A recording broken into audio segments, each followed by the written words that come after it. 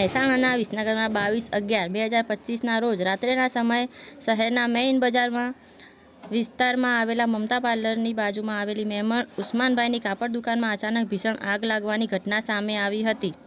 જો કે વિસનગરના જાગૃત નાગરિકોને તંત્રએ સમય સૂચકતા અને એકતાનો પરિચય આપી આગ પર તાત્કાલિક કાબૂ મેળવ્યો હતો, જેના પરિણામે કોઈ મોટી જાનહાનિ થઈ ન હતી.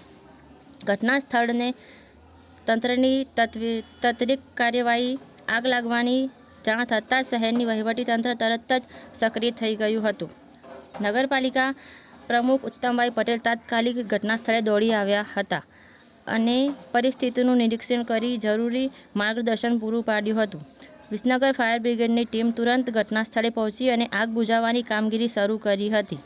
નગરપાલિકાના કર્મચારીઓ પણ આગને કાબૂમાં લેવાના પ્રયાસો જોડાયા હતા.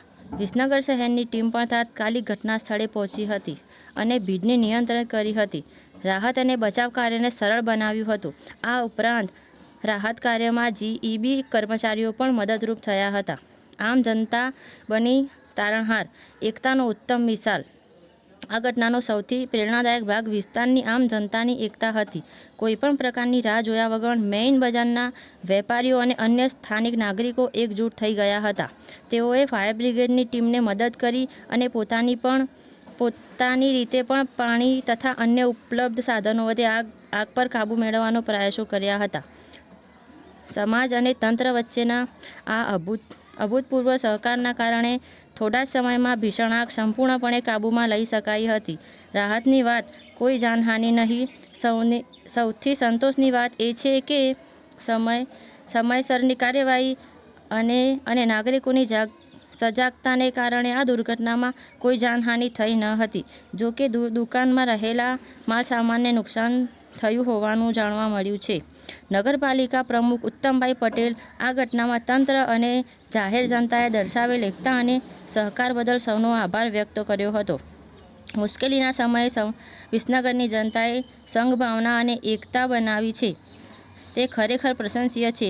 જો લોકોએ આટલો ઝડપી પ્રતિભાવ ન આપ્યો હોત તો નુકસાન ઘણું મોટું થઈ શકતું હોત. આ ઘટના વિસનગરની એકતા શક્તિનો જીવંત. શું નામ કાકા તમારું? ઉસ્માનગઢની મેમણ. જે તમારી આ બજારમાં દુકાન સળગી એ તમને કેટલા વાગે સમાચાર મળેલા હતા?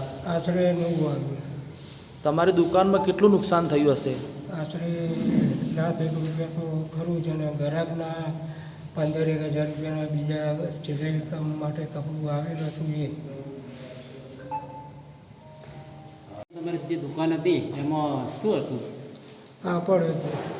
આશરે માલ અંદાજે કેટલો હશે? ₹1,00,000 રૂપિયાનું કાપડ મારા જોડે પડ્યું હતું, અને રેડીમેડને બધું મોજા અને રેડીમેડ બધી આઈટમ હતી. ગરમ મોજા બધા. હા, દુકાન કેટલા વાગે તમે બંધ કરી ગયા? આશરે 9 વાગે બંધ કર્યું. તમને કઈ રીતે ખબર પડી? ઘરે ફોન આવ્યો, જમવા બેસું તો ઘરે ફોન આવ્યો, ત્યારે મોડીને ગયો.